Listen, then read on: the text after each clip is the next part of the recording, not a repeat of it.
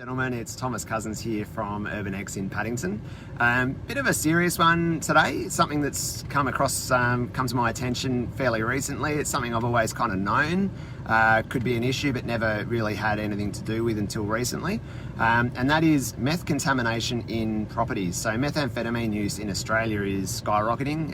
It's one of the fastest growing drug use or drugs that's being used in Australia, and that's frightening.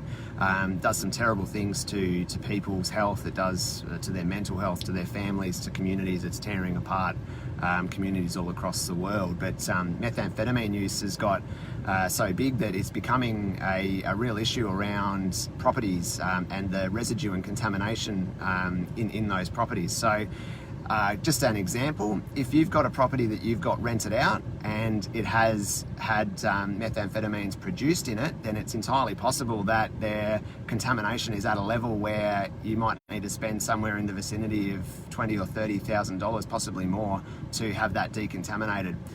If you find that you've got meth contamination in your property, then you've got a disclosure issue. If you're trying to sell it, you've got to disclose that to your buyers. And if you've got it tenanted, because of the length of time that the contamination can stay in a property, the residue can stay there, you can't prove that the current tenants or even the ones before that were the ones that were responsible for it. So if you've got tenants living in a property and you're aware that there's methamphetamine contamination in there, then you have a disclosure issue around those tenants as well, because they're living in a potentially dangerous environment. The residue or the contamination from methamphetamine use or production in a house, depending on how long it's been there, has no visible signs, has no smell. You've got no way of knowing it's there, but it can have some serious health implications. So it can cause skin conditions and respiratory issues. It's really bad for you, especially if there are kids in the house as well.